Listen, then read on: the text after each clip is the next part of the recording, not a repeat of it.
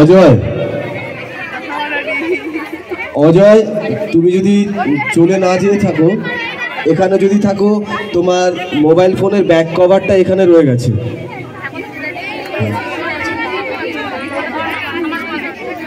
হ্যাঁ হ্যাঁ ওই তো, হ্যাঁ ঠিক আছে ঠিক আছে, ওই তো অজয় ওখানে বসা।